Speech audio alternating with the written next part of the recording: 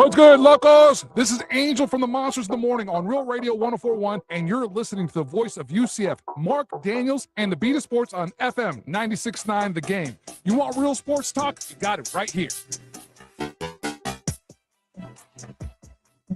Chris, yesterday I left here, a couple things to do, but I was fired up because the U.S. hockey game was starting at 3:10, and I visualized the day. Okay. Been an interesting week, and leaving tomorrow for 5 days, 2-game road trip for UCF, and Wednesday afternoon, I had to get certain things done. I do some laundry, getting set to go away, but I was like, I'm pumped for hockey at 3:10. In order to take care of some things, I'm watching online what's happening to the Canadian game, and they're losing 3-2. And I'm a little bit torn here, okay? I'm a patriotic Olympic guy, okay? I dig the Olympics. And I don't know if I want the Canadians to lose, which I would find to be funny, because hockey people believe this is the greatest collection of players for an international competition in hockey, this Canadian team. And it'd be hilarious if they're out in the quarterfinals. But there's a part of me that says, no, I need U.S.-Canada, even though it'd be very nervous. But I need that. So they're down 3-2, and then they score late third period and then win in overtime. Now the American game. And I'm locked in, Chris. First period, nothing. Second period, Americans are trying to get a goal, trying to get something going. My lovely wife comes by and says, there's a couple things out back in the garden that whenever you want to do it, now, like a lot of people, when we had the cold weather, everything in our garden, front and back, gone, okay? And she goes, there's just some things that I can't, with the cutters to get the roots and everything. And she's got that adorable, loving face that's like, I kind of like you to do it now, but whenever it's good for you. And I'm thinking, okay, I'm backed in a corner here. Why? Because when am I going to do it? I'm leaving. Thursday doesn't really work. Sure. Now my first thought is she needs 10 minutes.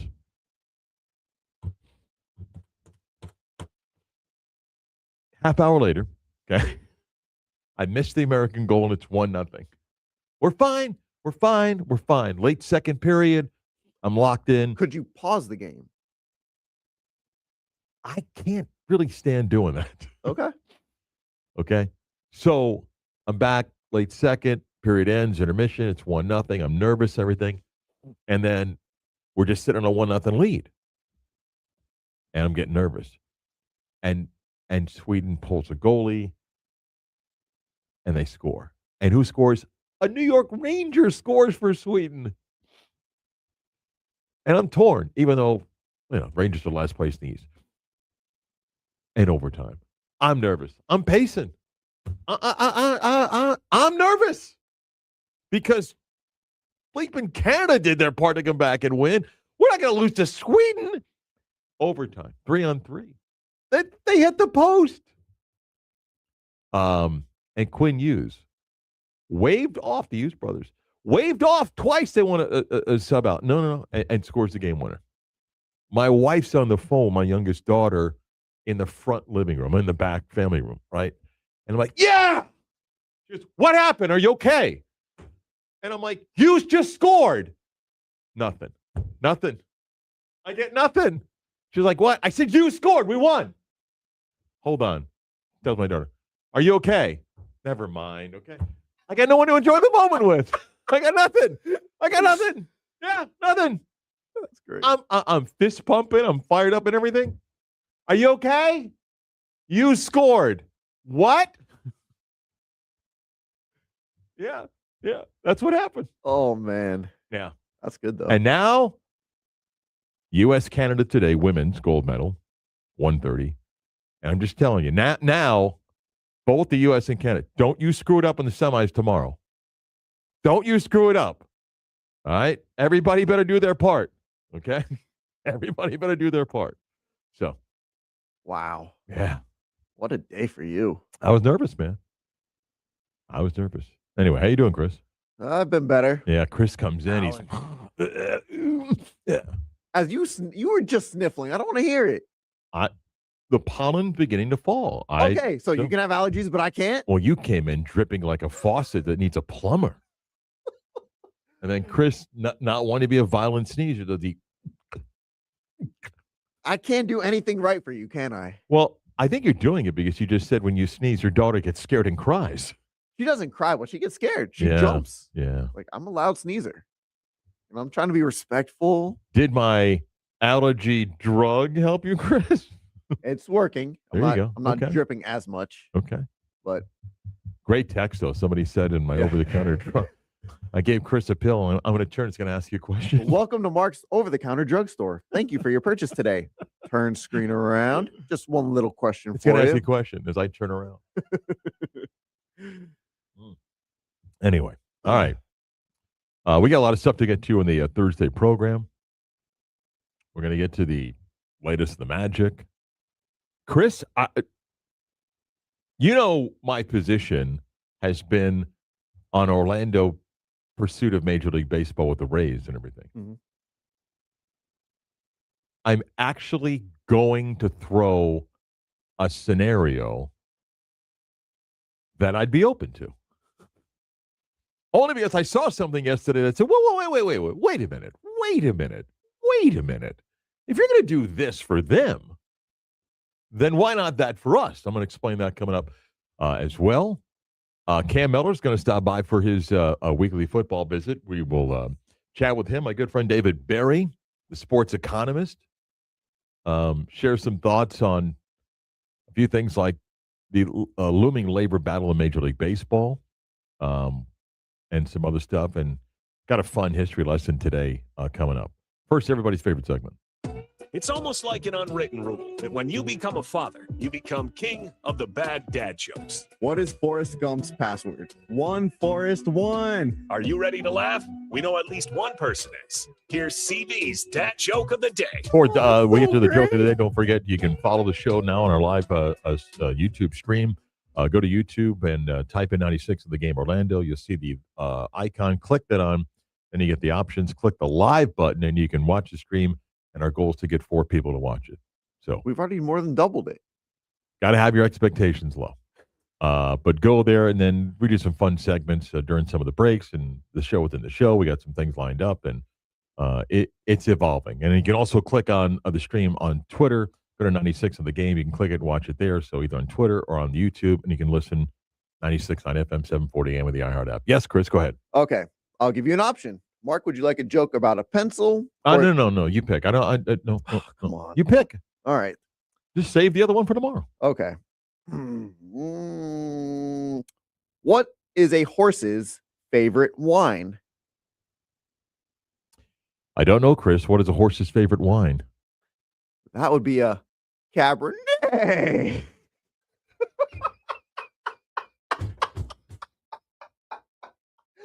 Cabernet.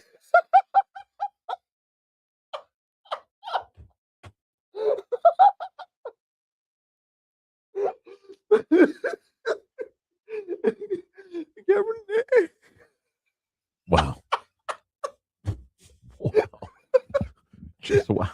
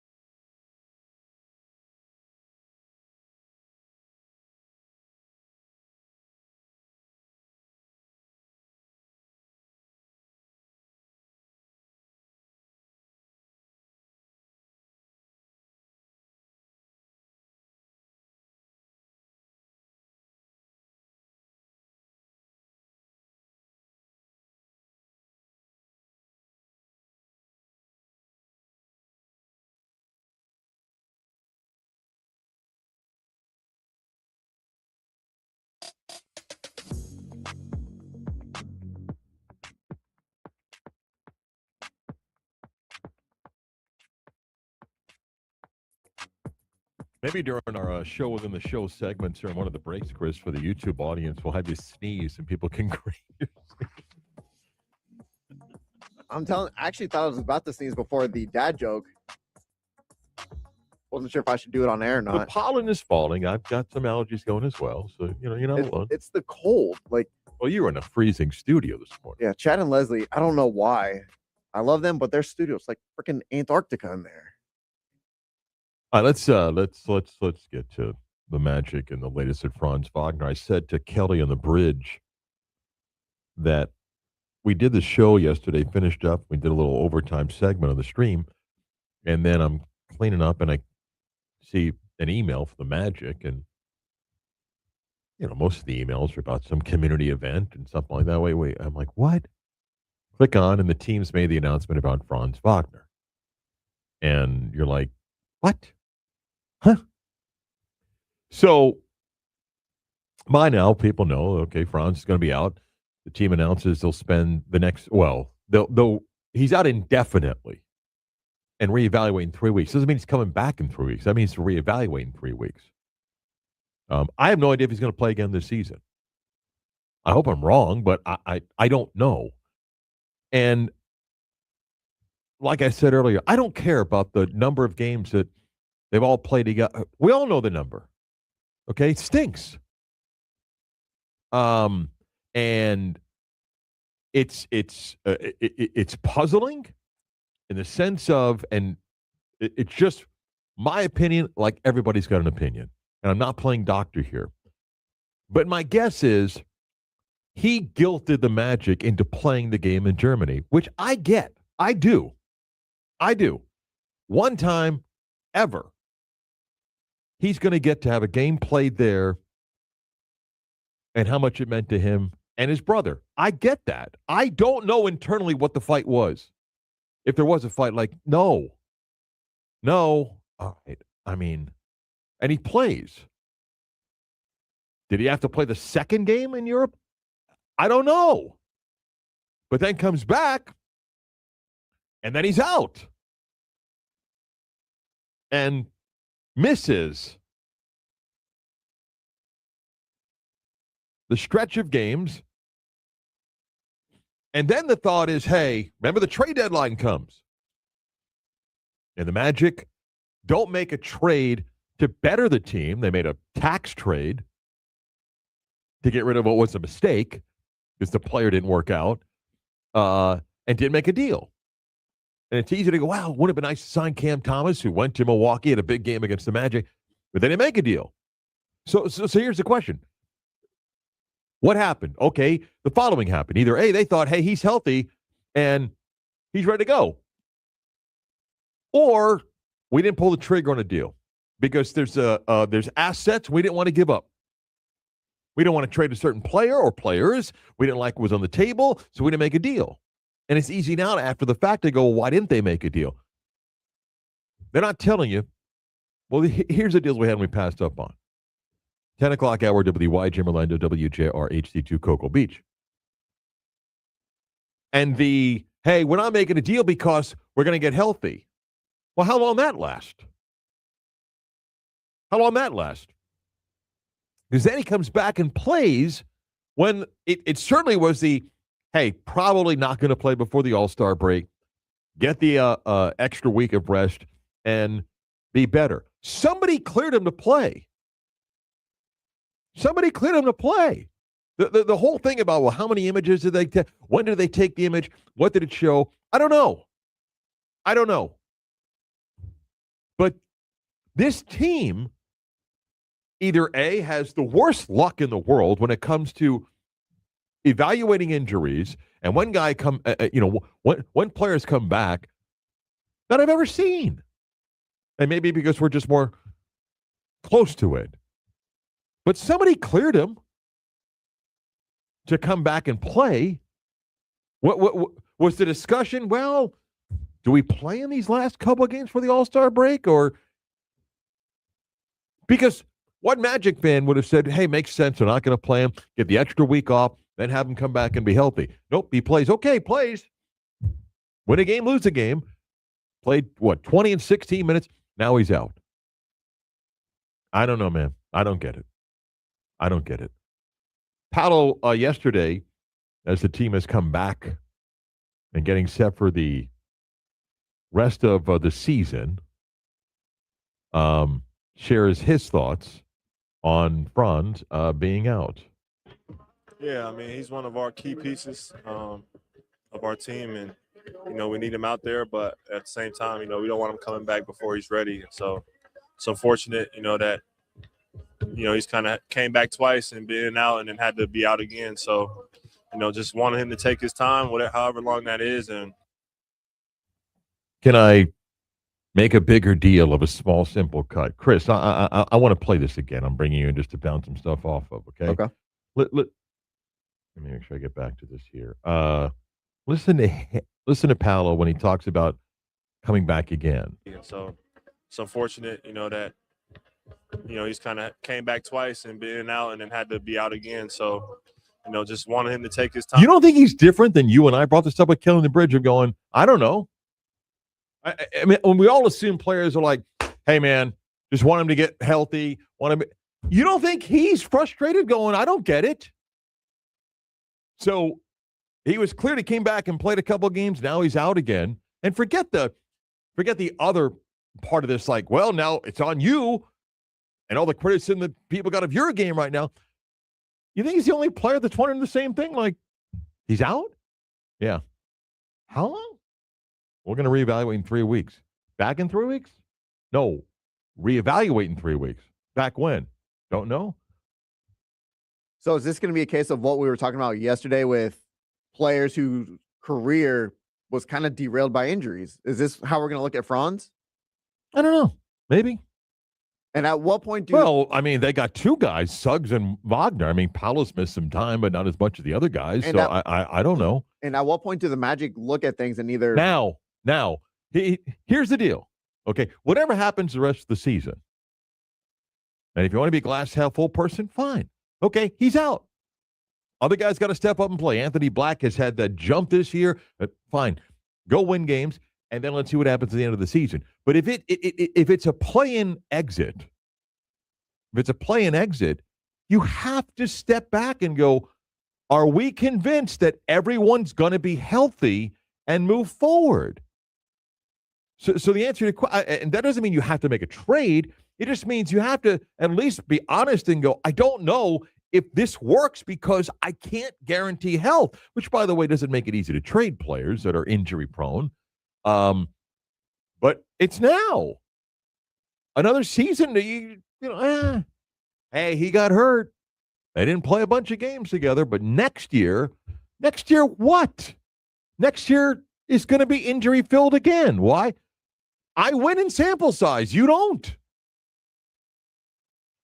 Well, now going to be my question is, do the Magic make a training staff change? Do they maybe look and say, look, Jalen, Paolo, Franz, in theory, everybody's afraid to say because it's, wow, are you questioning the medical team of the Magic?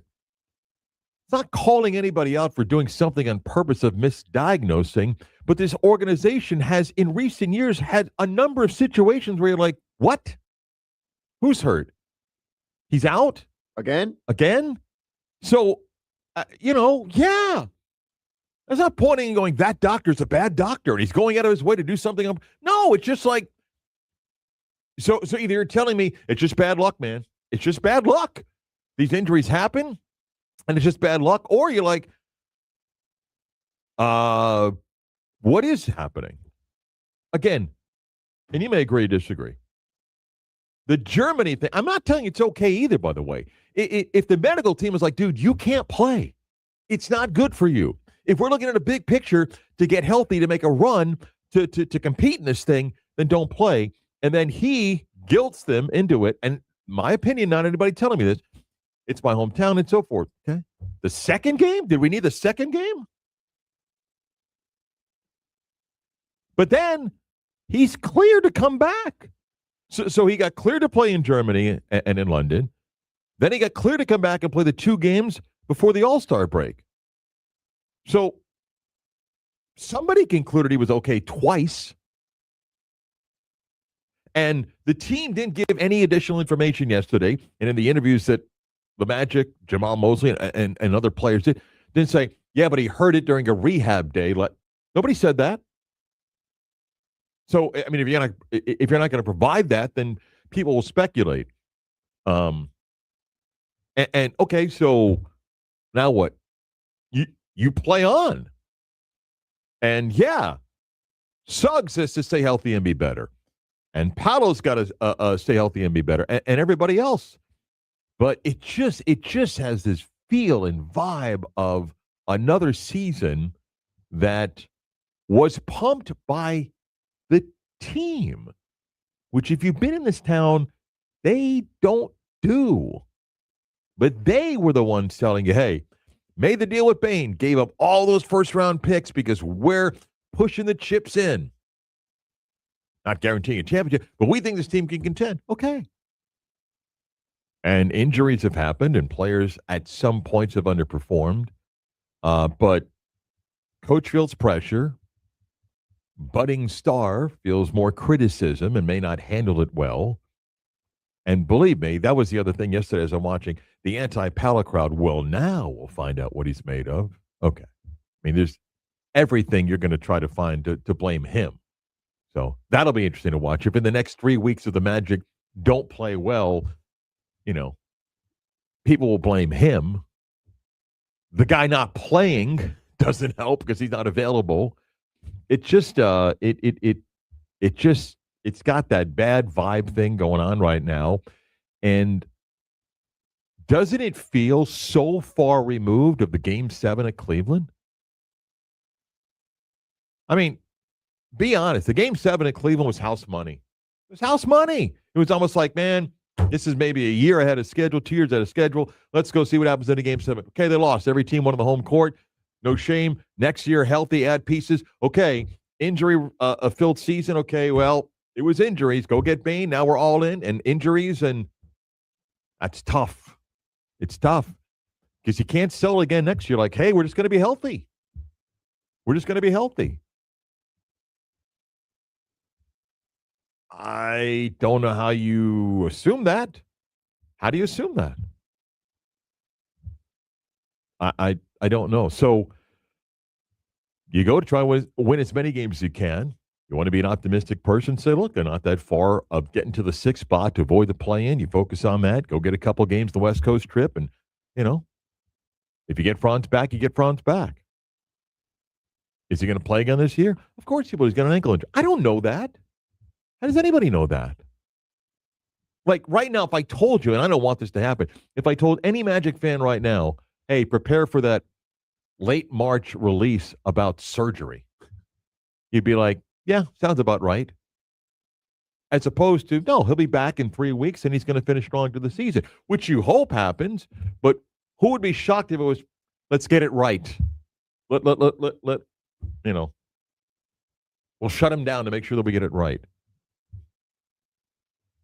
When the year ends, how could you not step back and go, do we still believe that this thing works? Yeah, but if they were healthy, here's the numbers. Who remembers that?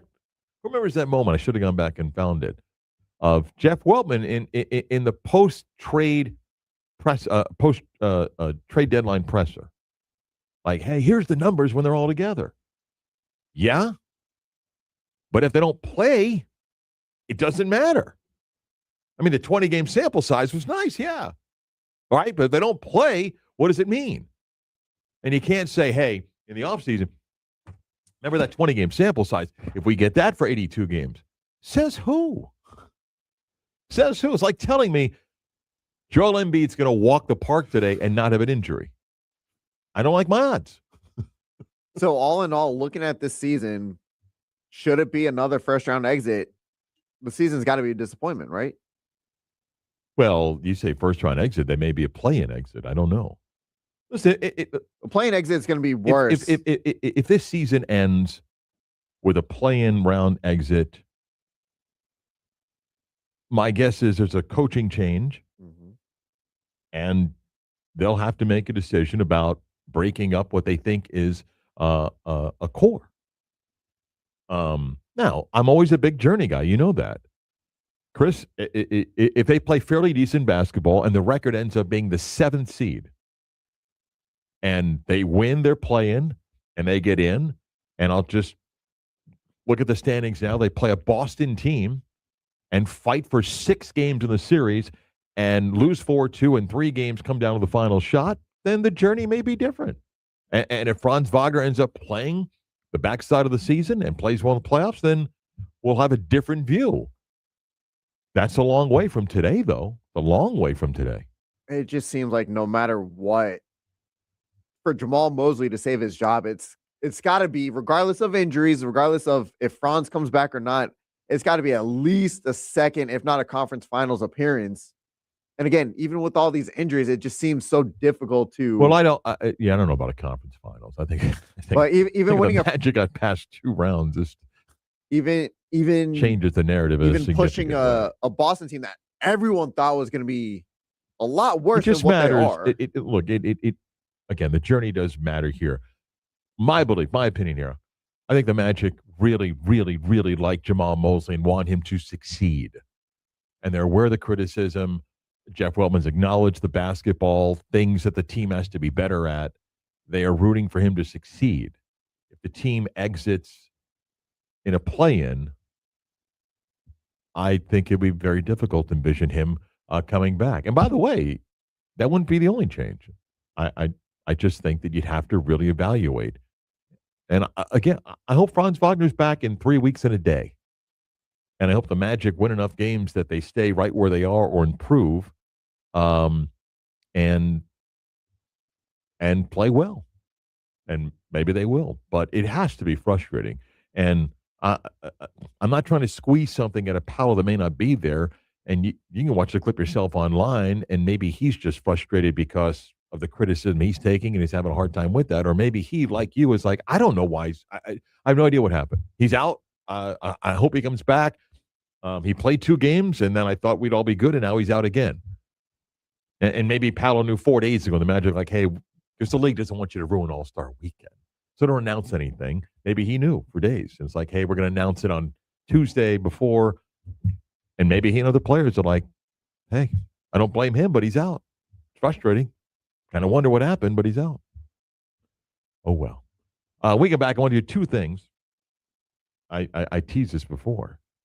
My position on Major League Baseball in Orlando has always been, I'd love to have the Rays or any team come play here. The Dreamers Group, I think, has done a good job of presenting an image that may not be what reality is of a team and a stadium. But after watching something yesterday, if they're going to do this for Tampa, they can certainly do it for Orlando. I'll explain that and a couple football things I want to get to with Chris when the Beat of Sports continues next.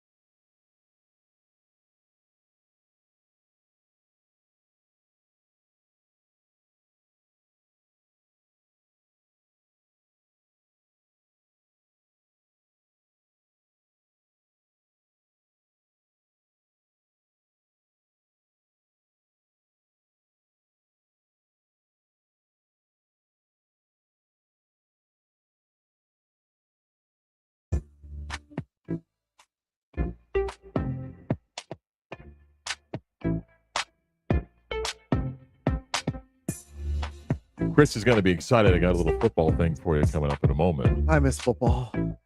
Be sure to catch us on the live stream on YouTube. For the two of you watching, go to 5 times that. Go to youtube.com and click or just do a search of 96 of the game Orlando.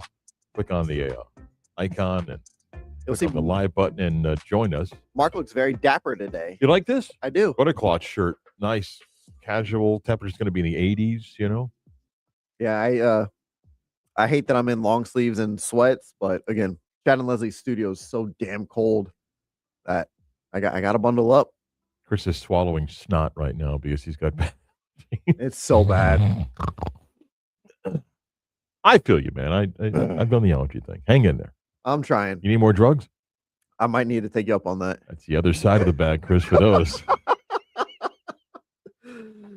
That right side of the bag getting by with a counter. The left side, don't ask questions, man. And we're Don't just ask gonna questions. we're just gonna turn the screen around. It's gonna ask you a question. Yeah. So catch us on the stream. You can also get there. Go to Twitter 96 of the game. You can watch the stream as well if you want pictures with this. And we're going to do a little show within the show segment coming up in a bit. So I saw this story yesterday. Okay, and just quickly to go back, the idea of the late great Pat Williams to bring Major League Baseball to Orlando goes way back, long before the Orlando Dreamers came into play. Pat Williams tried to bring baseball to Orlando before basketball to Orlando. Then the idea was, okay, we'll get basketball. Then when the Magic came here, his next idea was, after Rich DeVos became the owner of the Magic, was to get Rich involved in the expansion process to bring Major League Baseball to Orlando. That didn't happen. Orlando lost out. There were other efforts and so forth. But Pat had tried for years to get baseball. Okay, the last go-round for the late great Pat Williams was the idea of the Orlando Dreamers.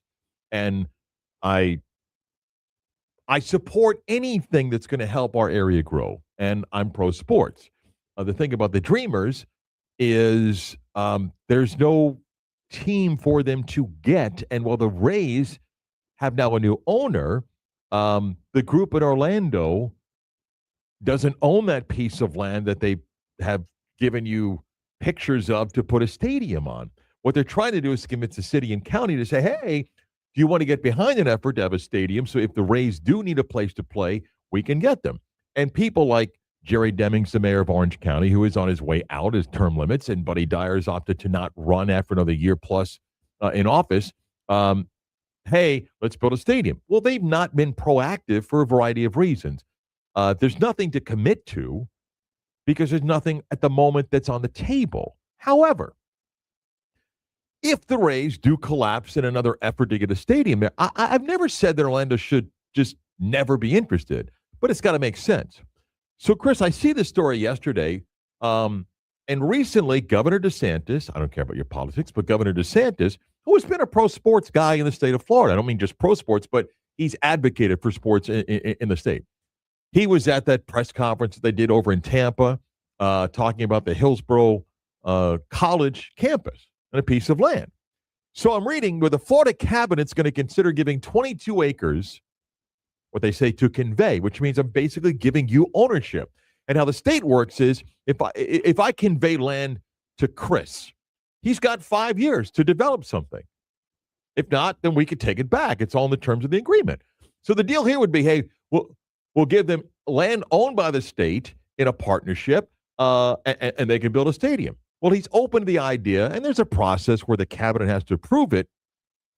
But the governor's talking about 22 acres of non-conservation land in Hillsborough County for the Rays to build a stadium. Now, it's up to the Rays to figure out how to pay for this thing. The ownership says they're willing to commit 50% of a $2.3 billion project. Beautiful renovations and these fancy videos. They look great, okay? No one puts together any renderings and go, that's terrible. They'll look cool. Everyone's happy and right. There's no garbage on the ground or anything like that. And the idea in Tampa is, hey, they'll commit to half. They hope to open the stadium in April of 29. But then they got to raise the money. Why do you raise the money? Well, Tampa's kicked around all sorts of things, which basically include what? Well, you got to get the money from property taxes. You got to increase other taxes. But you got schools and roads and all sorts of things. So you have a special district tax. bed tax, all sorts of things like that. But don't forget what Governor DeSantis also said outside of baseball belongs in Tampa Bay. He says, I know there's other parts of Florida that want it. Orlando wants this. Ooh. Chris, here's my point. You could do a search. I did it yesterday. The state of Florida owns land around Central Florida. Like Orange County and the city of Orlando don't own every piece of land that sits vacant right now. And you can do a search. It'll pop up, and there's large areas of land that the state owns. Okay. You want to convey land to somebody in Tampa? Okay. I'll play the game. Why don't you convey some land here in Orlando, okay, and tell the Rays there. And by the way, there's land out by not far from the medical center out at Lake Nona. Thriving, growing area. I mean, the money in that zip code's gone up a lot. That's one spot. You can go to Oviedo if you want. Yeah, it's out there a little bit. You can go beyond UCF. It's out there. There's state land all over the area. You want to convey 40 acres, 50, 300, because you want to build a stadium and surrounding retail and all that stuff? I'm not opposed to that. I mean, if the state wants to give away some land, now, that doesn't solve the funding part of it. It does help in an area because the spot that the Dreamers have talked about, that's not an easy piece of land to build a stadium on. It's not. There's a lot of challenges to that. But if you want to convey some land and you want to tell the Rays, okay, here's a piece of land. Here's the thing Hillsborough County can never compete with Orange County, and it's the hotel tax. They can't. Now, that money is used by a lot of people. It wouldn't be like, well, here's an extra $1 billion just to give to a baseball team. But Hillsborough County has to get really, really creative. The city of Tampa's got to get really, really creative because they don't generate the bed tax that we do just on visitors that come here. Now, I'm spending other people's billions of dollars, but all I'm saying is if the state wants to start conveying land, okay, tell me about it. Pick a spot around here. Find 5 spots. Now, the split forest area, most of it is wildlife and conservation. I learned that from talking to somebody yesterday. But as Lake Nona continues to grow and they start working towards that new toll road at the split forest area out there, it's going to be a thriving community. Fine. State owns hundreds of acres out there. Convey some land. Then you say, okay, now you need help. How much you putting forward? Put it in writing. Oh, you want to pay for half and all the overruns of the state? Okay. Fine. I'm not opposed to that. If the state's going to start giving away land, I'll dance with you real quick. That's fine. So that's my little twist of my position on the Rays. You want to give away state land? Okay. There's like 9 areas, just in a quick search yesterday. There's 9 areas. It goes to like Oviedo, out past UCF. You can get up towards Apopka. Now, that's tough to sell some of that. But you take some of that stuff by Lake Nona with the toll roads and highways there, I'm open. I'll listen to you. I'll talk. You want to play a quick football game, Chris? I love a quick football game. I got to give Chris his football fix of an offseason before we get to Cam Miller next segment because Chris needs his football fix. I do. All right, you ready? Yes. Let's play DraftKings release over/under NFL totals. Okay. You ready? Yep. I'm going to give you a team. Okay. Okay, Cowboys. Am I getting a number or you? No. You guess the number. Okay. Over/under next year. I'll say 8.5. 8.5 on the spot. Rams. 10.5. Oh, Chris is 2 for 2. Dolphins. 4.5. Chris is on fire. Bills. 10.5. He's undefeated. Jaguars. 9.5. You cheated and looked at this? Uh-uh. Bucks. 9.5. 8.5. Finally got one wrong. Bears. 9.5. Still has one wrong. Panthers. 7.5. 6.5. Really? Lions. Wow. 10.5. Eagles. 10.5. 49ers. 9.5. Giants. 2.5. No. 5.5. How insulting you didn't pick a double digit here. That's ridiculous. And That is ridiculous. 7.5. Really? Yeah. 7.5. 7.5. 7.5. One behind your beloved Wow. Cowboys. That Yeah. that's a joke. Joke. That's a joke. When you hire a legendary Super Bowl Hall of Fame coach that brings discipline and honor, you start winning some football games. Yeah. Yeah. Behind Knock. Behind what offensive Look over line? your shoulder. Behind what offensive Look over line? your shoulder. Behind what offensive line? Wait till you see the formations we run this year. Cam Miller, football talk next.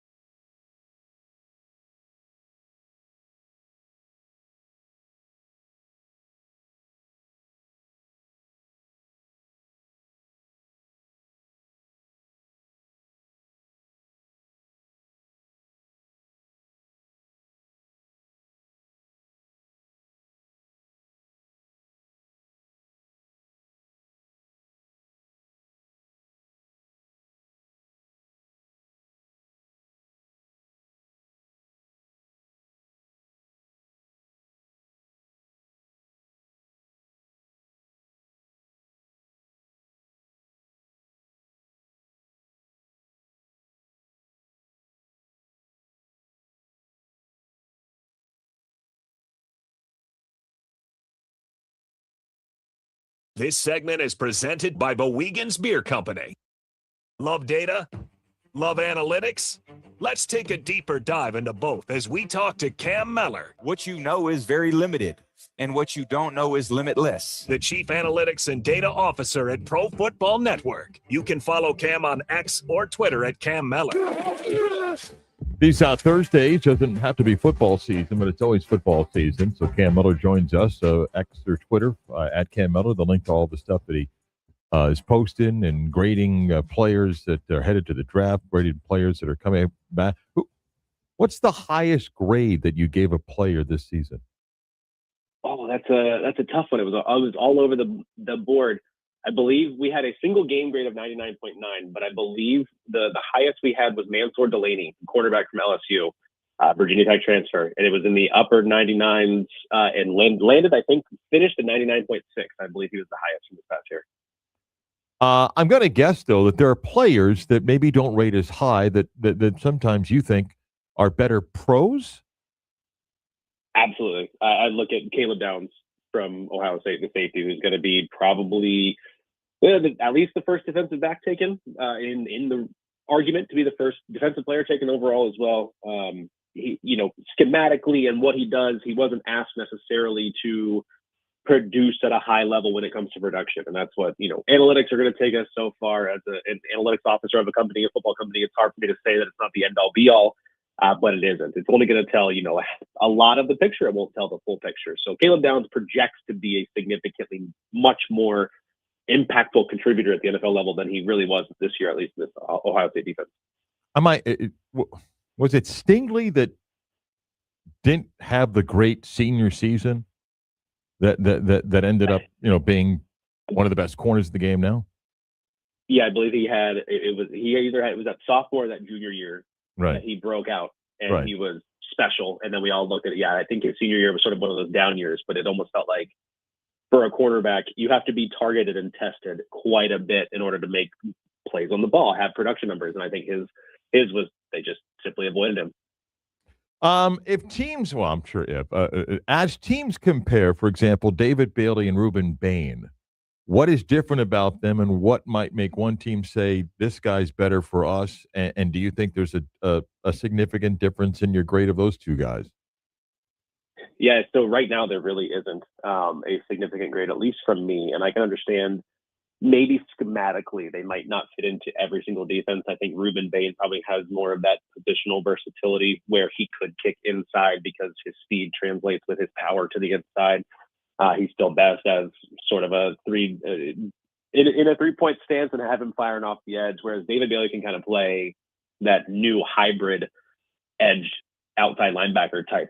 And he didn't drop back in coverage a lot, but he dropped back in coverage a little bit better than I think Reuben Bain did. So it depends on your schematics and how you have them. To me, they're edge 1 and edge 2 and probably even 1A and 1B. And you're not going to go wrong with either one of them, but it'll probably come down to where they fit in schematically and then ultimately where they interview and where they land with some of these defensive coordinators on how they want to utilize them.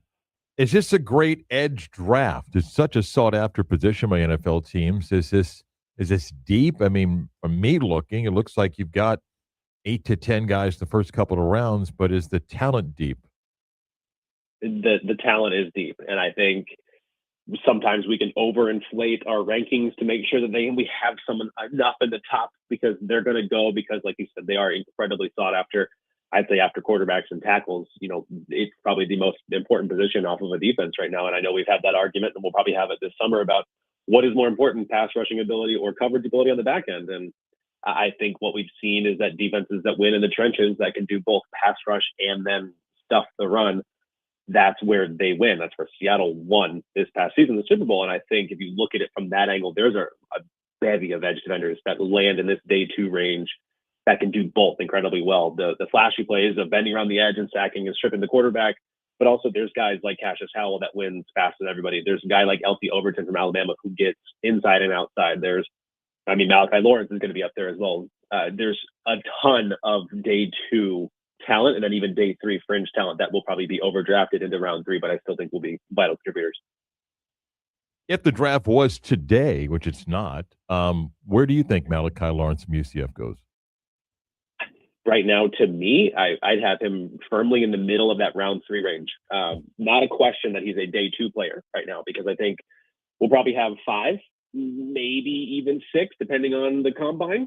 So not today. So we'd have 5 edge go in the first round, and I think you're probably going to see a run of them early, or at least, if not early in the second round, then early in that third round when the value is really going to stack up for him. And I believe he's firmly right there in that top 100 prospect class, edging himself up above some of those other guys like Derek Moore from Michigan. So firmly in that middle of round 3 conversation right now.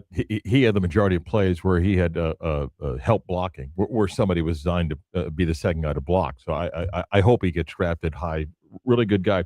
Tell me how Zion Young, the kid in Missouri, speaking of edges, seemed to be one of those guys that sprung up in everybody's draft board. How does that happen? Is it, hey, the system he's in didn't work, different matchups, and all of a sudden you're like, oh, now he's projected as a late first or second round pick?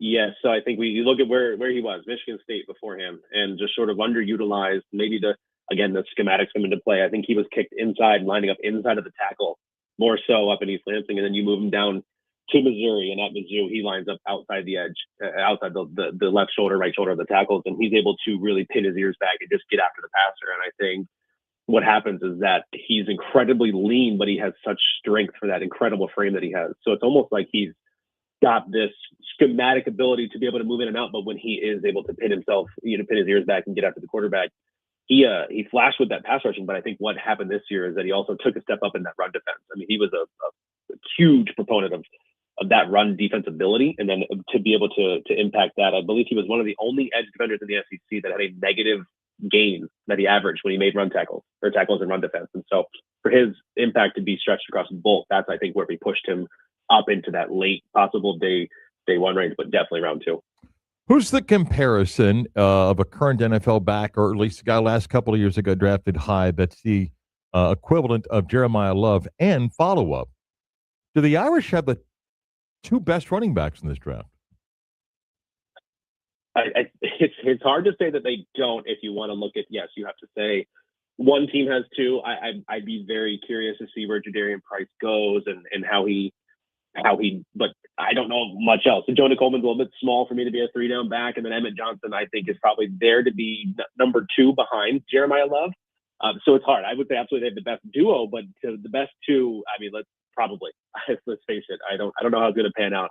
To me, Jeremiah Love, I'll go even further back, not just recent. And so fans of the Green Bay Packers might like this. He's an Amon Green clone from back in the day. There's a bruising ability that obviously we know. There's an incredible athleticism as well. I believe it's the same size as Amon Green. He's a cerebral runner as well, and he understands exactly what he needs to get at every carry, and he's got that breakaway ability, sort of like Amon Green had in his prime. So Jeremiah Love is in a class of his own this draft class, though.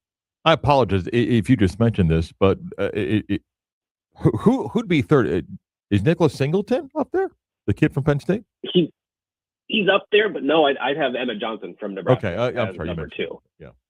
Yeah. So I think there's something with him. I mean, his pass catching ability. I remember I can go back to when it was Jonathan Taylor, and it was like Wisconsin knew full well. And sorry, USF fans, if you remember this game, but where they knew they had to sort of feature him in the passing game to make his draft stock go up even higher than what it was for a 2-time Joe Glocker Award winner, and they just featured him in the passing game. Emmett Johnson has that ability, but he also has that top end speed and the ability to crush the edge. And so Emmett Johnson for me in number 2, but it's a really close race for 2, 3, 4 right there.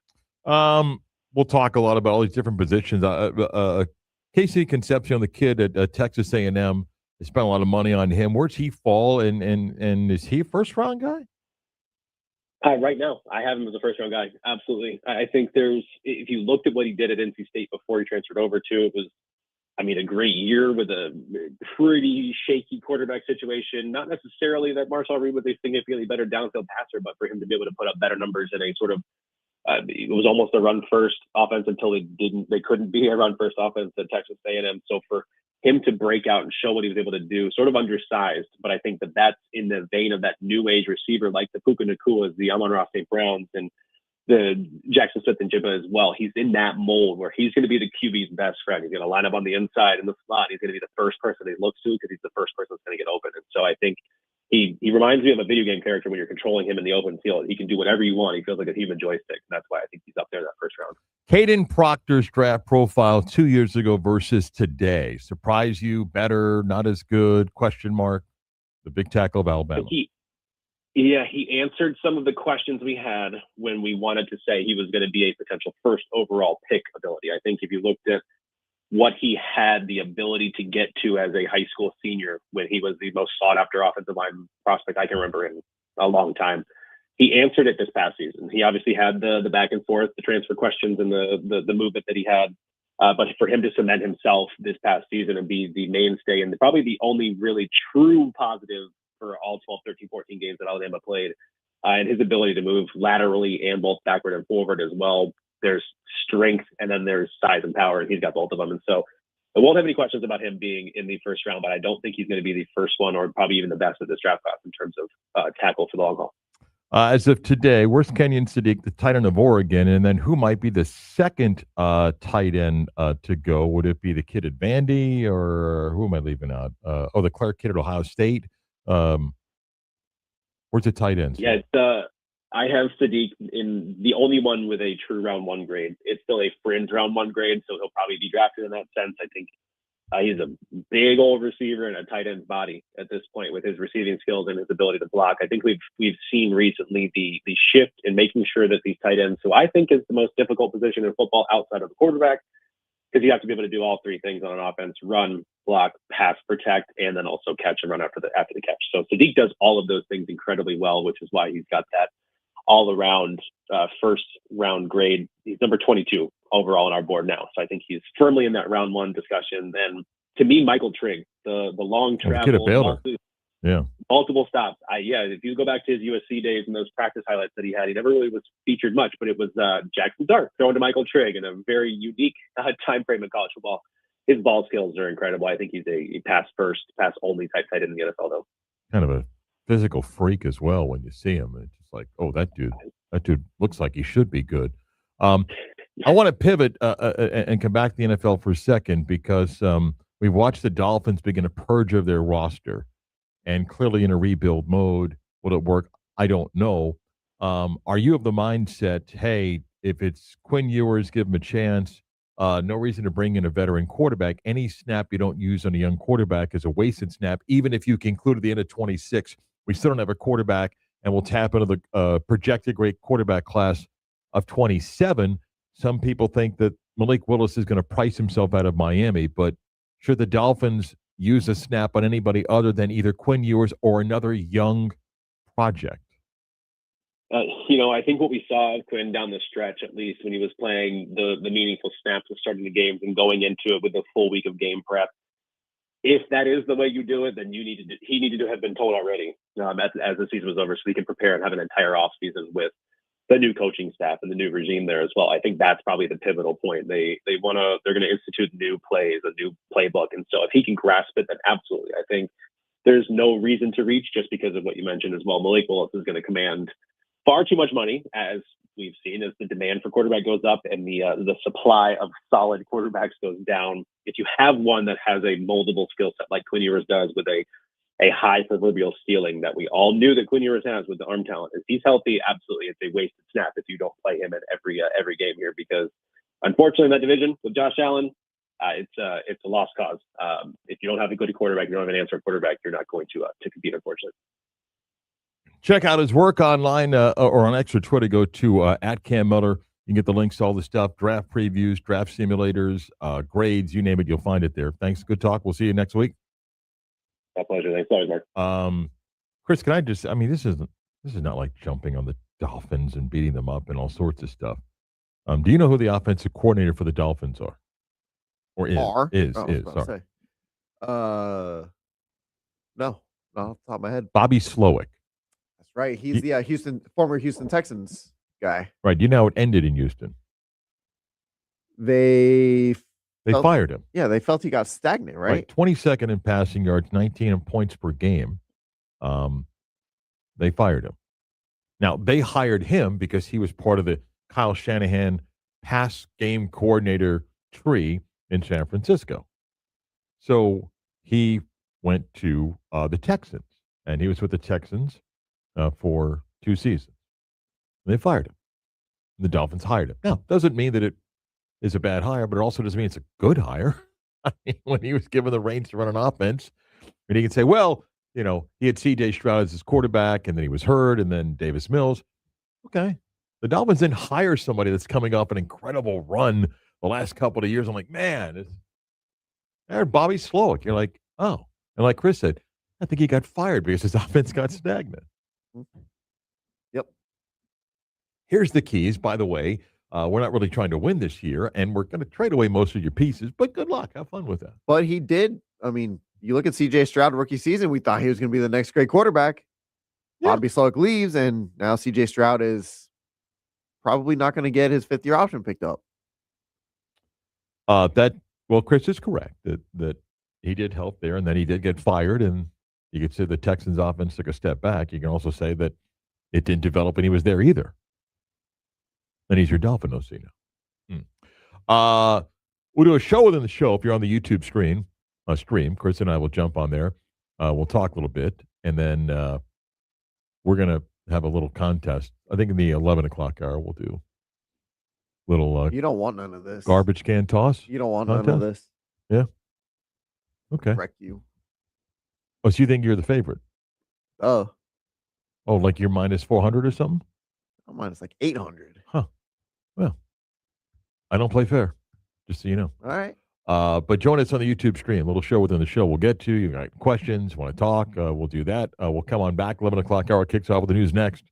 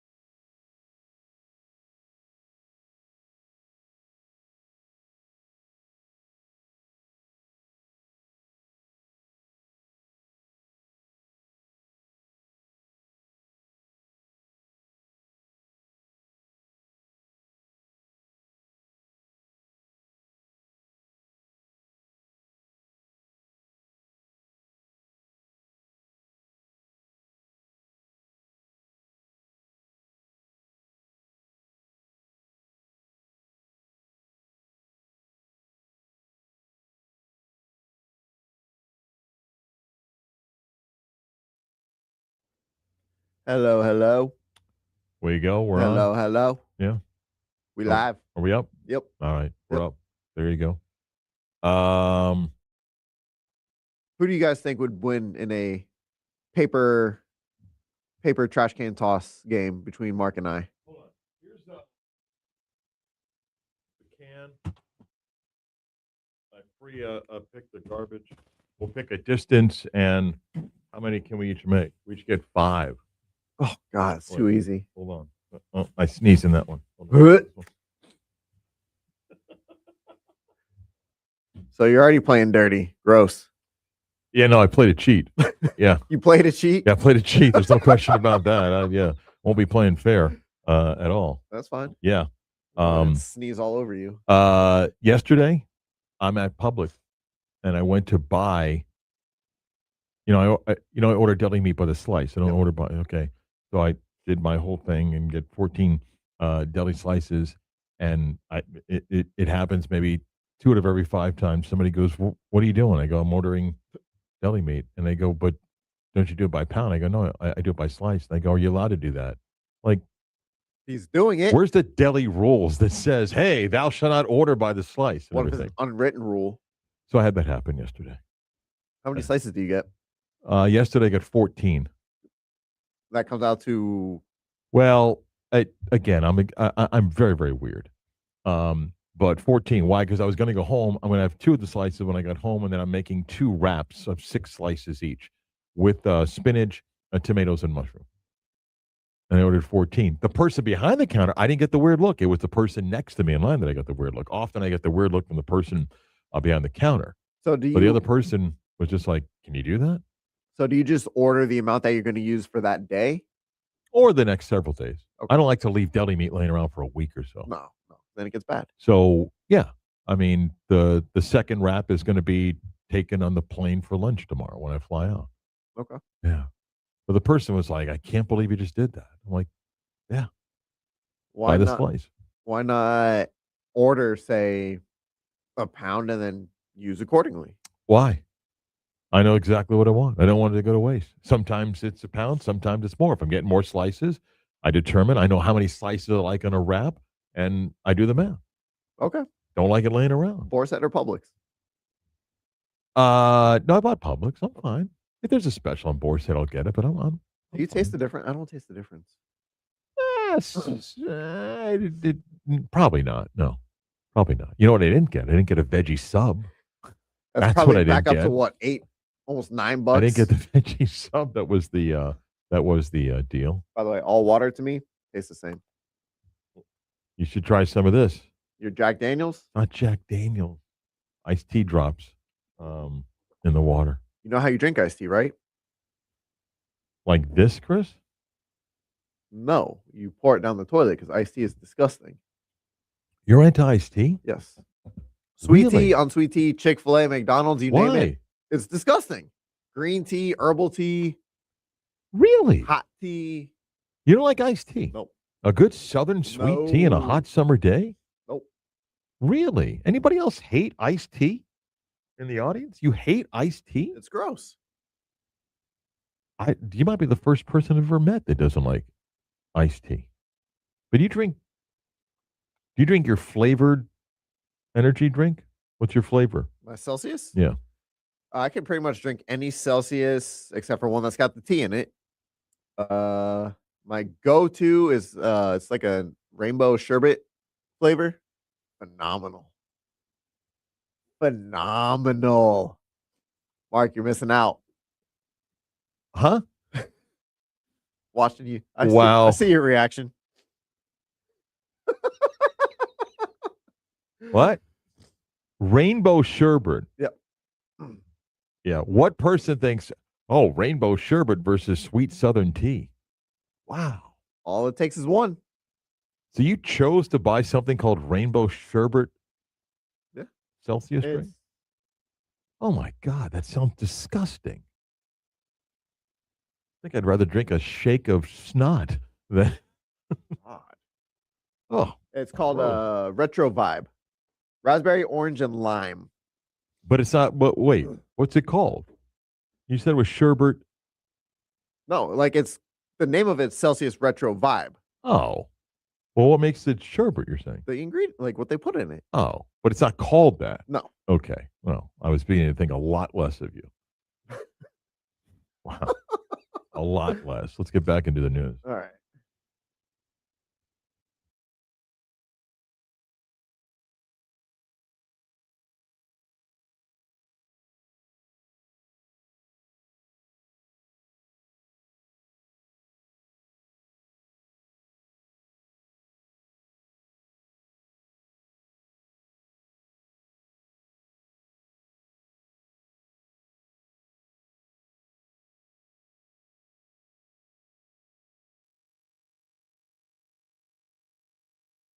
Let's really do the news. Yes.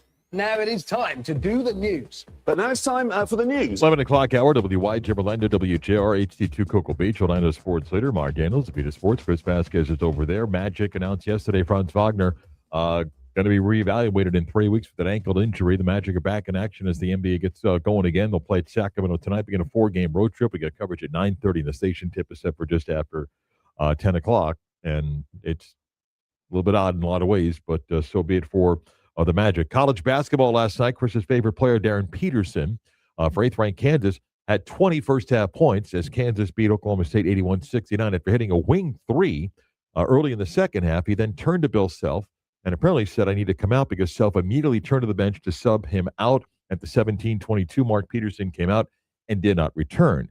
While Kansas did have a double-digit lead, it wasn't like a 40-point lead. which led to Self being asked afterwards about it. He said he thought Darren was good to go and was a little bit surprised by it. And maybe Bill Self is cracking a little bit about the, hey, we're doing the best we can. Chris, thoughts on Darren Peterson sitting out last night? You can't keep telling me that he's worth all the headache. You can't keep telling me. It just takes the first team of the draft to think that he's not, and that he's not the first pick of the draft. And what's to stop him from sitting out games in the NBA? Nothing. That's the risk you take. AJ DeBonch, the BYU guy, who might be the second pick of the draft, went for 35 last night as BYU lost at Arizona. No shame in that. Made a late rally. Number 5, UConn lost at home to Creighton 91-84.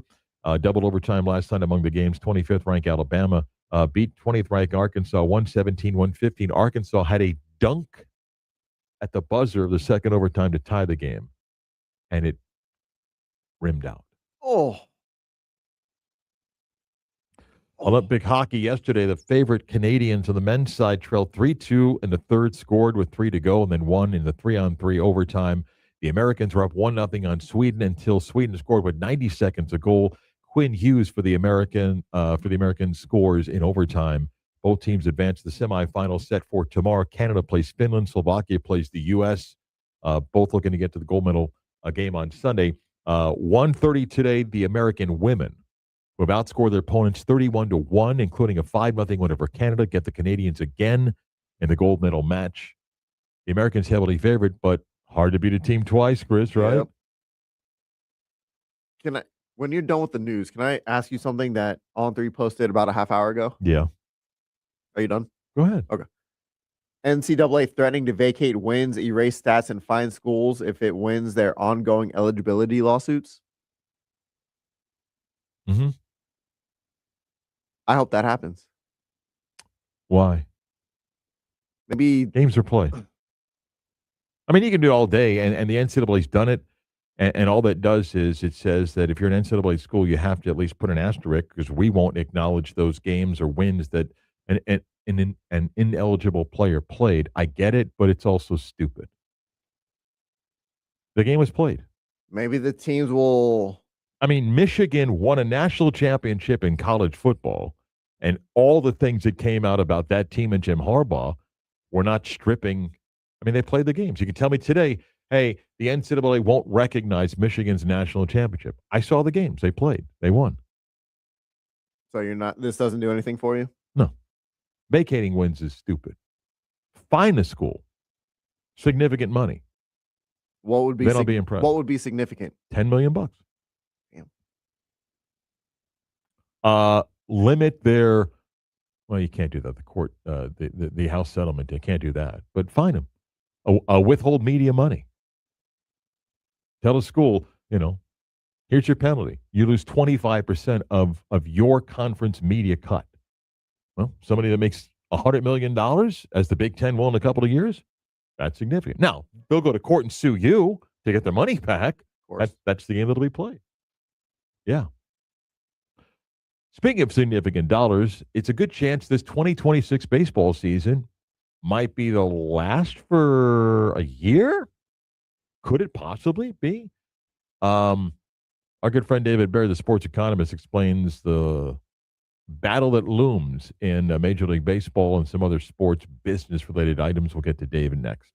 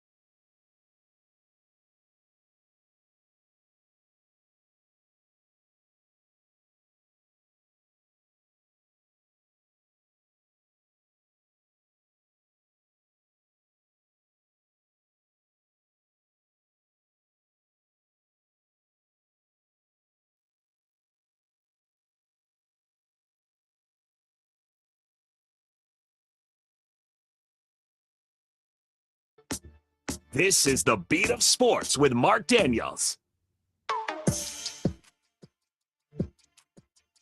Every 6 to 9 months, I enjoy catching up with our next guest. David Berry is a sports economist and professor of economics at Southern Utah University. Does a lot of stuff in observing the world of sports, and I enjoy his unique perspective. And he's kind to join us. I don't mind cold. Can you hold off any snowstorms as I am about to head to your state for the next 5 days? Is that okay? Can you control that? You are going to go into a snowstorm. We have No. snow this week, which we have not had for quite a long time. So we're very happy to have some snow. Yeah. Let me dive in a few topics.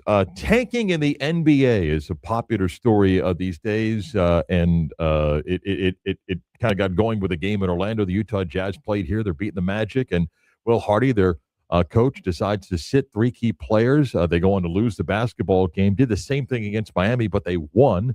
The team got fined, and we're back to talking tanking every year, maybe because this is projected to be a special draft.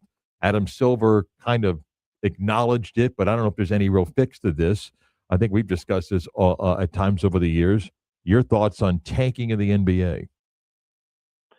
Yeah, this comes up. This has been coming up repeatedly. This goes back at least, well, it goes back probably from the beginning when they started the draft, right? So there is an incentive to lose if you're going to give me a better draft pick. This is not a very good way to build a basketball team. It's really hard to build a team strictly through the draft. And you really don't know which of these prospects, even if you think they're going to be great, you don't know which ones truly will be great. There's all sorts of players who can't miss. Andrew Wiggins is one of my favorites who, he was supposed to be the next LeBron James. That did not happen. But the general managers have this incentive to pursue this policy because typically when you hire somebody to do a job, you hire them to do the job well. But the tanking strategy is I'm deliberately not doing it well, and aren't I great?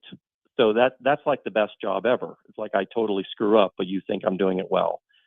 So there's a lot of attraction that GMs and coaches have towards the tanking strategy because you don't have to be good. You have to be bad, and it's easier to do that. It doesn't really work.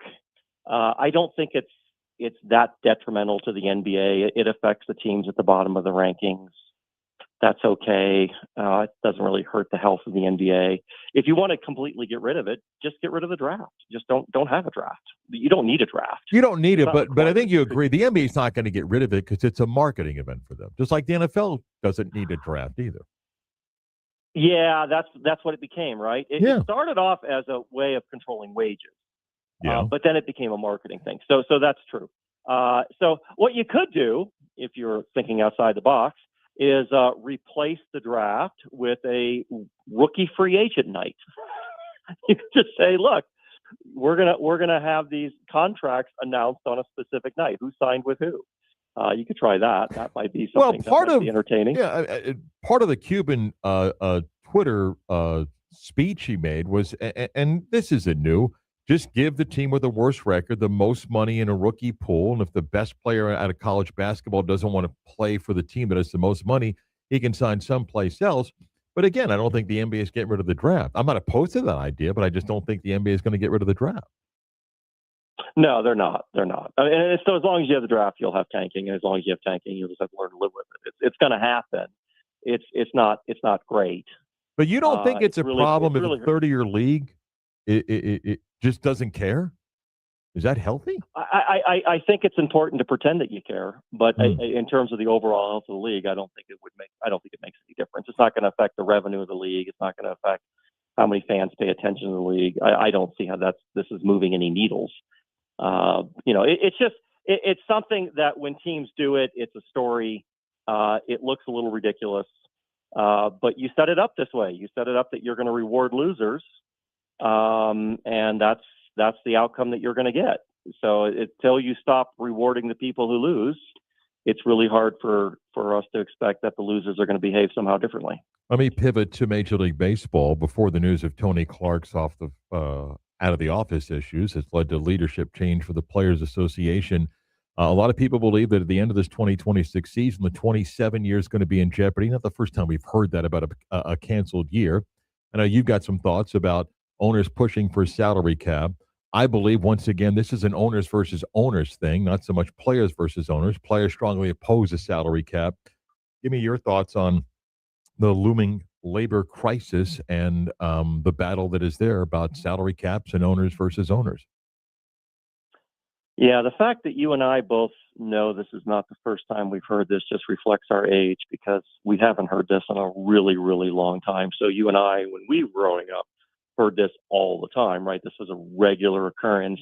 Major League Baseball and the players would have labor disputes, and they would cancel games, and they would, at one point, obviously the 94, 95 seasons were both impacted by this. But that was actually a really long time ago. They've had labor peace for quite some time, because what happened is Major League Baseball has done amazingly well. The revenue has gone up for everybody.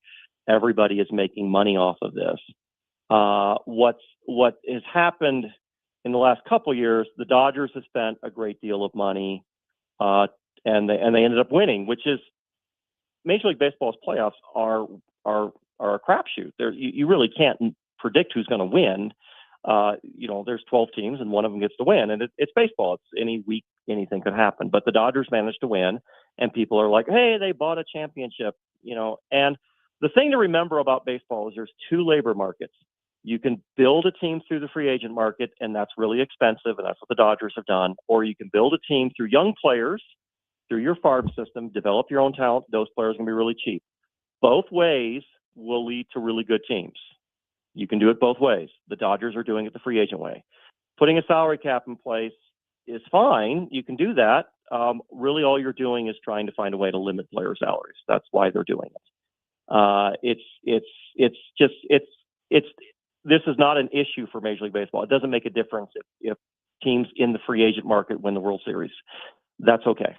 Other years, teams that are not in the free agent market who are building through younger players will win. That's okay too. So this is a solution searching for a problem is the way to think about it, because the baseball does not need a salary cap to survive. They're doing quite fine. But there's a lot of things that are in play here. For example, a fan in Pittsburgh says, okay, David, I hear you, but my team's never going to pay one to keep a guy like Paul Skeens. I can't compete on that where I can sign a guy and miss like the Mets or Dodgers can. And then there's also things going on that this. Small market owners, they're the ones that want a work stopper to some degree, saying the model doesn't work for me. And, my franchise is worth this. So if I got to, shut it down, I'll shut it down. It's a fight among themselves. Really is what it is. Much as sometimes Scott Boras disgusts me, to me, it's more of a small market guy telling the big market guy, I can't do this anymore. It is very much that. I will point out the Pirates lose because they're bad at what they're doing. I mean, that's why the Pirates lose. It's not because the market is skewed against them. The Detroit Tigers are almost entirely built through draft picks, and they are a very competitive team. And so you can build a team through young players. The Houston Astros did mostly that when they built their title teams, was mostly through younger players initially. It is possible to build a team that is not that expensive, that is very competitive, if you do a good job of developing talent. If you don't do a good job of developing talent and you don't know what you're doing, like the Pirates, it won't make any difference whether you put a salary cap in place or not. The Pirates are still not going to know what they're doing, and they're still not going to win. So that's really not the issue for them. So I know what you're saying. This has been true for forever. The smaller market teams do not have quite the revenue of the larger market teams. But what happened, and the reason why we haven't had these disputes in the last 25 years, is because of Major League Baseball's, giant broadcasting deals and things that are league-wide. The Pirates are financially doing really well. They're just not doing well enough to build a $300 million roster, but they're doing really well. And they're doing well, not doing their job very well, disappointing their fans. So baseball has set this up that the losers all make money. And so, yeah, I get what you're saying. It is small market versus large market, but they're all doing fine. Yeah, just a quick side note, and I brought this up before, and it's underreported. The Dodgers TV deal is one of the great scams ever. That with the McCourt family in bankruptcy and the new ownership took over the deal, and part of the settlement was they share none of the local revenue for 5 more years. It's $350 million they give no one. It's one of the great scams that's been allowed. And yet that happened in court. and they give none of it, and it's part of why they have so much money to give. Do you ever think any pro league in this country would skip a season? Well, the NHL's done it. I think they've done it twice, so they can do it. WNBA might do it. Well, I'll get to them in a second. I cannot imagine them going an entire year, but maybe. Yeah, they could. And we will survive. It'll be okay. I won't survive if I don't get baseball. We will. I will not survive. We'll be sadder, but we will. And when baseball comes back, the fans will. This was actually one of my early research papers. Is that when the games come always back, come back. I know back, they don't hold grudges. Always come back. All right, let me pivot to something I know you're passionate about. That's the WNBA. This is a fascinating labor battle. Maybe a lot of people in our audience haven't paid attention to it. I think the latest proposal the players have asked for was it 27%, not 50, but even 27%. What's your view on what's happening here? Because there doesn't seem to be progress for the WNBA. Yeah, so this is what's been going on for those who haven't been paying attention. So back in December, the WNBA players started off saying we'd like 40%, which is actually technically what the NBA players get in the NBA, because the NBA gives them 50% of basketball-related income, but if you go through and look at all the revenues, it comes out to be 40% of the whole total. So they get 40%. WNBA players said, give us 40%. Same thing. Of our revenue, 40% of our league revenue. That's what we're asking for. And the NBA, which owns over 60% of the WNBA, said, no, we're not doing that. We're going to offer you less than 15%, which is up from the 7% they're currently offering. So we're going to offer you less than 15%. And they said, that's the only way we can make money at this. They always say that. And then the players came back and said, okay, how about 31%? And the NBA said, okay, nice counteroffer. Our offer is less than 15%. They made exactly the same offer. And then they had a meeting on February 2nd where the NBA, the WNBA owners, which represent the NBA owners, they had a meeting and they did a bar graph where it was exactly the same offer, but now it was in green. How about the offer in green? Would you like, so the same offer, less than 15%.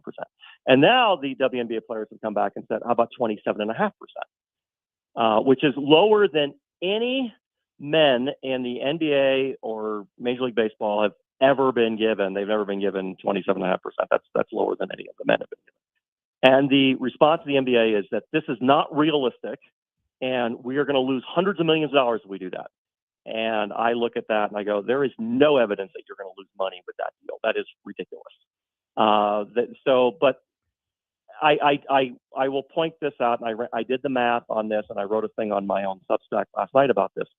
Every time the WNBA players are willing to concede 1% less, so every time, that's worth $47 million to the NBA. That's how much money is going back over the next 5 years back to the NBA. So when they go from 40 down to 27.5%, they just gave the NBA almost $600 million over 5 years. Okay, that's but can you conceded already? Okay, can you help me with something though? Because I'm sure you know what you're doing to come up with those numbers. The person on the outside that says, but David, as I understand, how many WNBA teams turn a profit? How do you equate those numbers when what most people think and understand is there's no team that makes a profit? That may not be true, but the NBA's acknowledged that the WNBA loses money. So where's that money coming from? All right. So the NBA has said that the NBA loses money. I'm going to go through just real quickly the history of this. They said it in 1970. They said it in 1983. They said it in 99. They said it in 2011. The NBA has said the NBA doesn't make a profit. They've said that for almost 60 years. That is their standard line when they're negotiating. We don't make any money at this. We don't make a profit. Nobody makes a profit. And they've said the same thing about the WNBA. We don't make a profit. That's what they say. Is there any evidence of that? There is zero evidence to back up that claim. It is something they just say when they always say that. We never make any money. And they say that because imagine they said the opposite. We actually really do make a lot of money. Well, then everyone in the world is going to ask, then why are you only paying them less than 15% of the revenue if you're making so much money? Yeah, we can't say that. So we don't make any money. So everyone hears that because the NBA issues that as a press release periodically. We don't make any money on the WNBA. And everyone who hears that should understand But you said that about the NBA for 60 years. You've always said that. That's your standard line. You just keep saying that. And there's no evidence that's true. If it were true that the WNBA doesn't make money, why is it the case that all the recent WNBA expansion teams, which are selling for $250 million, why are all the people buying into those are NBA owners? They're the NBA. The NBA is buying up these expansion teams. Why are they doing that if there's no money in this? So somebody is not telling the truth here. How could you get anyone to invest hundreds of millions of dollars in your league by telling them there's no profit in this? There's no money in this. That doesn't make any sense. So the same people telling you there's no money in this are the same people investing hundreds of millions of dollars in this. And people should go, that doesn't make any sense. You're probably not telling me the truth. So that's the issue. I mean, so you understand that's what they do. No, I understand, but one last, it's not even a counter, it's a question. For Unrivaled and the Plan B idea and the other European leagues, what's a scenario here? Because I guess to some degree, the labor side can just say, we're happy to sit. There's some other options for some players. A few have signed deals to go elsewhere. It's possible they don't have a season. Yeah, it's really possible they don't have a season. That really could happen. And I think at the end of the day, what has to happen is those individuals who just put up hundreds of millions of dollars into this league have to go to Adam Silver and say, okay, enough is enough. I get what you're doing, and I appreciate the fact that you just got me $600 million through concessions, but we're going to have to make a deal here and let them play. And the story that we're not making money off this, we all know isn't true. We're going to be fine. So, agree to 25% or whatever, say that you won, take the victory and go home. And that's what has to happen. The owners who have bought into this have to take a stand. And one of the things that you've not seen in this entire labor dispute is you've seen players comment on this, but the individual owners have made no statement to the press. They're letting Adam Silver and his team handle this whole thing for them. And at some point, they have to stop Adam Silver and say, okay, enough is enough. Make a deal. Let's have a season because I just put a bunch of money into this. But if they don't do that, I do think the players will say, look, we made a reasonable offer. This is perfectly reasonable. We're taking less than the men are taking already. We've given you hundreds of millions of dollars. One last one. I'm going to ask you to take what probably is a 90-minute lecture and do it in about 2 minutes. My producer, Chris Vasquez, and I got into a little bit of a discussion and argument yesterday on the world of NIL, paying players, guardrails, rules, regulation, governing bodies, all sorts of stuff. My weak attempt to play professor was all economies evolve. Every industry at some point goes through development, a Wild West atmosphere of we'll get away with whatever we can until somebody can truly enforce rules. And I think that might be what's happening in college football and basketball right now. Change happens quickly. We don't like quick change. But at some point, they stop robbing banks in the Wild West because they figure out how to provide true security. And even the sports gambling world is going to figure out how to be better 20 years from now than they are right now. Your thoughts on what is the evolving economy of paying players in college sports and the complaint of there's no guardrails, there's no rules. We're still in the infancy stage. That was my view. Maybe you completely disagree. Professor Daniels, that was really good. That's Thank you. True. Yes, economies to evolve. That is exactly how this works.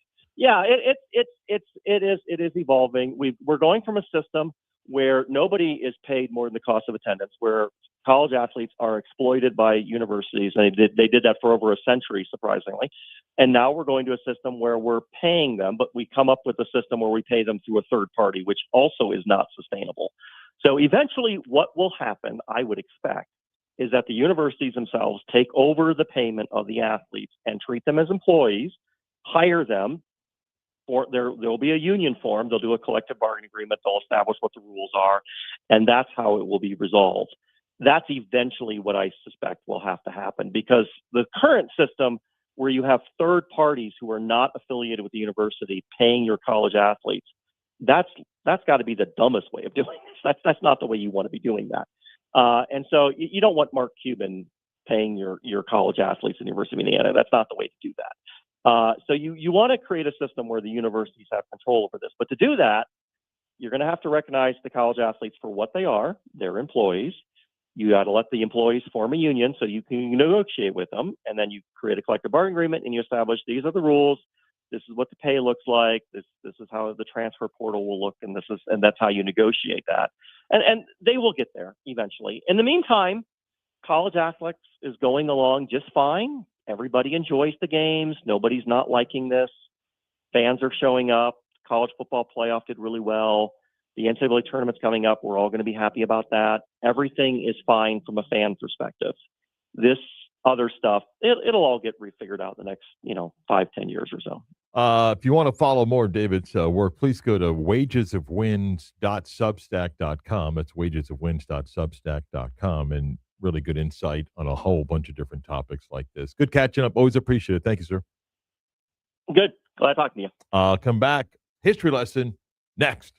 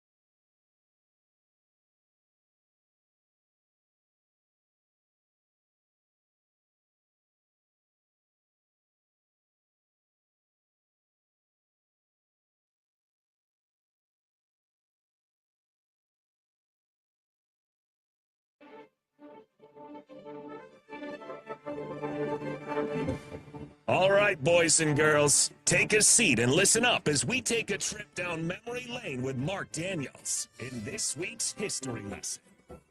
So, Chris, hockey in the Olympics, big right now, and the dramatic wins by the Canadian team and the Americans yesterday, and the U.S. women and Canada play for gold today, and the semifinals for the men tomorrow, and potential USA-Canada gold medal game on Sunday. So a little bit of hockey in the headlines. And while people may know in this state, maybe not the exact year, but the hockey fans that are here, the Lightning came in 1992, the Panthers in 1993, and people go, oh, that's when hockey came to Florida. Oh.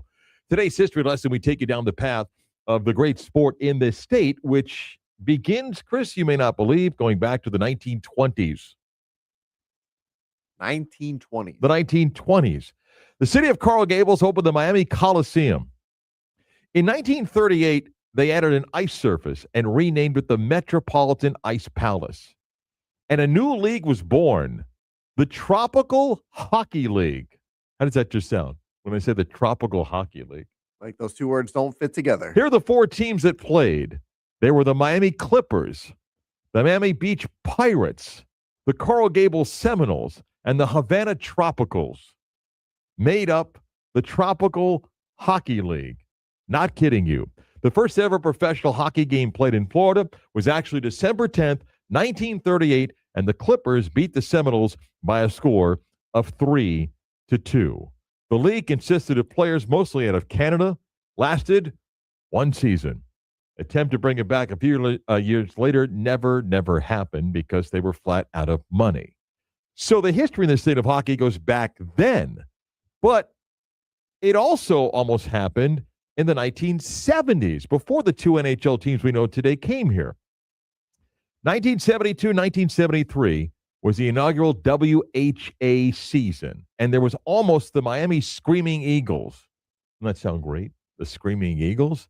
The Screaming Eagles were going to be a charter member for the WHA. If you're a hockey fan, Bernie Parent was the goaltender. They signed him to a contract. However, there was nowhere for the team to play. Owner Herb Martin sold the franchise rights to two individuals, Bernard Brown and James Cooper. The team took the ice as the Philadelphia Blazers before moving to Vancouver, then on to Calgary, where they were the Cowboys till 1977. South Florida desperately, at least a few people, wanted to bring a team to the area. The great Hollywood Sportatorium, where yours truly saw many bands play like Van Halen, Loverboy, and the others. My parents would often go, why do you smell like marijuana? Did you smoke marijuana? No, it was in a building that had no ventilation that had marijuana. Developer Stephen Calder, that one behind Calder Racecourse, and Norm Johnson had the idea of bringing a WHA expansion team down to South Florida. They kicked around that building, the Miami Beach Convention Center. They even talked about building an arena by Gulfstream Park, the horse track still in existence today, with the goal of maybe getting an NHL team or an NBA team was the idea in the 70s. 1975, the Hollywood Sportatorium got a $4 million renovation. Chris, when I was there in the 80s, it wasn't worth $500,000, but nonetheless, it had a renovation. Bill Putnam was a minority owner of the Philadelphia Flyers. He moved to be part of the Atlanta Flames organization, and he would try to bring professional hockey to South Florida in 1976. His plan was to get an expansion franchise, but when the Minnesota Fighting Saints ceased operations, after missing payroll 59 games into their season, he and his partners tried to purchase the existing franchise and bring it to South Florida.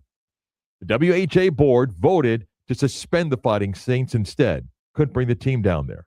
They planned, but it never happened. During the following summer, the Cleveland Crusaders were formed. That's when the NHL's California Seals left the Bay Area on their way to Cleveland to become the Barons. The Crusaders had a general partner, Nicky Milletti. Nicky Milletti tried to get a team, tried to purchase it, bring it to South Florida. Didn't happen. The WHA's highest payroll was that team in Cleveland. They couldn't make anything happen to bring the team to South Florida. The Crusaders were all set. The Cleveland Crusaders were all set to go to South Florida to become the Florida Breakers in that summer. They even developed a logo with a sweeping bee put out merchandise, set up an office on Hollywood Boulevard, began to sell season tickets. Hockey publications talked about the Breakers of South Florida, the Florida Breakers, not the Cleveland Crusaders. Unfortunately, back and forth negotiations hit a snag. Mr. Maletti promised money that never came. And wouldn't you know it, back in St. Paul, they found a way to keep their Fighting Saints. Once again, they failed to bring hockey down to South Florida, but they still didn't quit. Efforts to bring the San Diego Mariners down to South Florida came close, couldn't get a deal done. How did they stay in San Diego? A guy named Ray Kroc. Sound familiar? The guy that gave you McDonald's, that owned the San Diego Padres. He put up the money to keep the team, the hockey team out there. By the way, the San Diego Mariners didn't last. Less than 2 years later, they went belly up. Effort after effort after effort led to Jerry Saperstein, son of Harlem Globetrotters owner Abe Saperstein. He made an attempt to bring hockey to South Florida. He even tried to buy the Mariners again out in San Diego to bring him there. Saperstein thought he had a deal to bring the hockey team to Melbourne, Florida. Melbourne, Florida. Saperstein came to terms with Kroc, hired a general manager. One problem, didn't get permission from the WHA, who said, wait a minute, no. Presented them terms and conditions, and the Board of Governors for the WHA said no. Couldn't happen because at the time the WHA was talking to the NHL about a merger, and they would not allow the team to move from San Diego, because it was not going to be part of any merger anyway. And so it died, as did other WHA teams. Efforts to bring hockey to South Florida would wait until Wayne Huizenga got involved and brought the hockey team through the NHL's expansion to give them the Florida Panthers, who started 1 year after the Tampa Bay Lightning. So hockey in this state dates back to that tropical league in the 30s, and many efforts to bring the WHA to town never materialized. So when you watch the Panthers and Lightning fight, which they do almost every time, think about where it began many, many years ago, better than a century, when they laid down the foundation for ice, and in the 30s played the Tropical Hockey League. That's how far hockey dates back in our state. Back to put a wrap on the Thursday show next. Join us on the show within the show on the Ustream, on the YouTube stream right now. Chris and I will have a little fun. Hang out there with us. Back with more in a moment.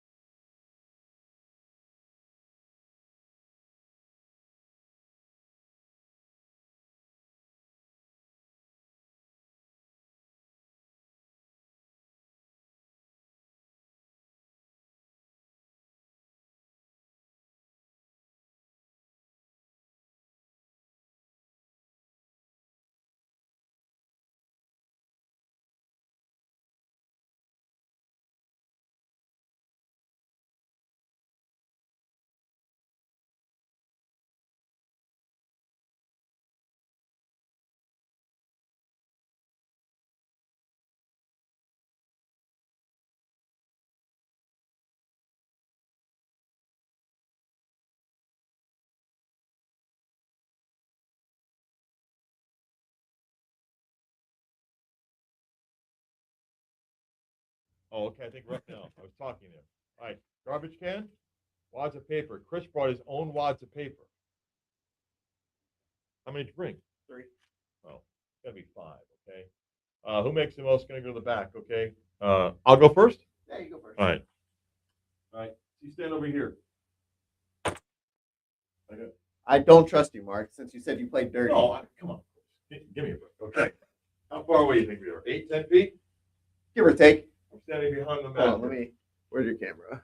Right there. You need it on me. You need it on No, I'm going to show how far back you are. Okay, spin around.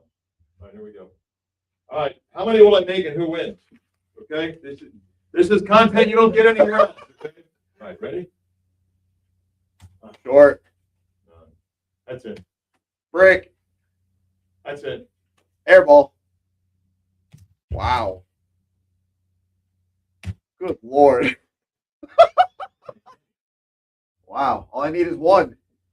Good Lord. I thought you were going to give me a competition. Let's go. Wet. Wet. Get 2 more. Go ahead. Oh! Okay. Pick one up until we go. I'm up. Okay, hang on. Oh!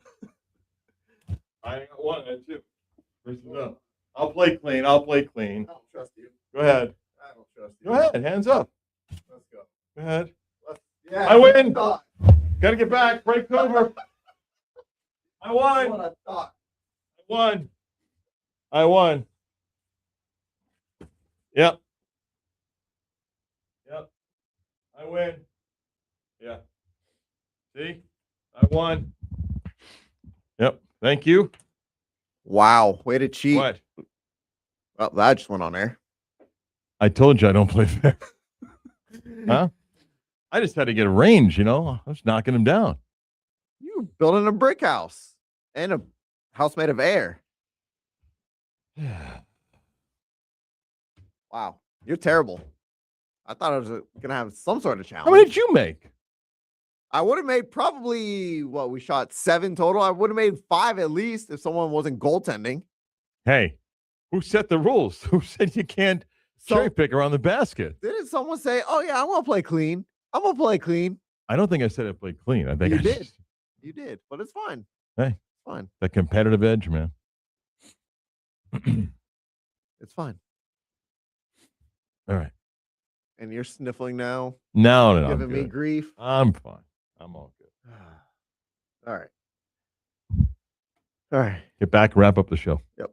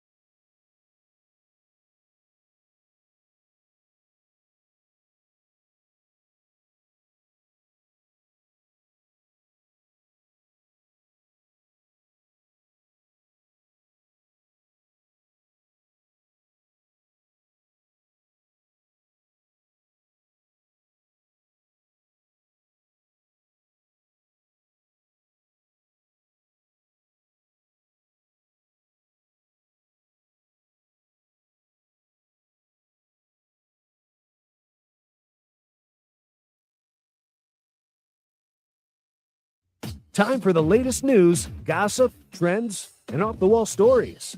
Trends. Ooh, that's the craziest thing I ever heard. I won the paper toss contest during the show within the show. Yeah. Dude, I owned it in beer pong growing up. You weren't going to beat me. Who said goaltending wasn't allowed? Who said, oh, I'm going to play clean. I'm going to play clean. Your definition of playing clean and mine may be completely different. Hang around that rim all day and block that stuff. The only thing you didn't get was the Mutombo finger. No. Yeah. Missed any of today's program? Boy, did you miss a lot. Go where you get your favorite podcast. Type of the Beat of Sports on Demand. You can also watch the video playback. Go to YouTube, click on the 96.9 The Game icon, click on the live, and you'll be able to get the stream and watch it whenever you want. Mike tucks in for me tomorrow. I'm flying out to Utah. UCF's got a couple of games out there. But Chris, have a good day. You too, Mark. Chris, producer, I'm Marc Daniels of BOS Sports.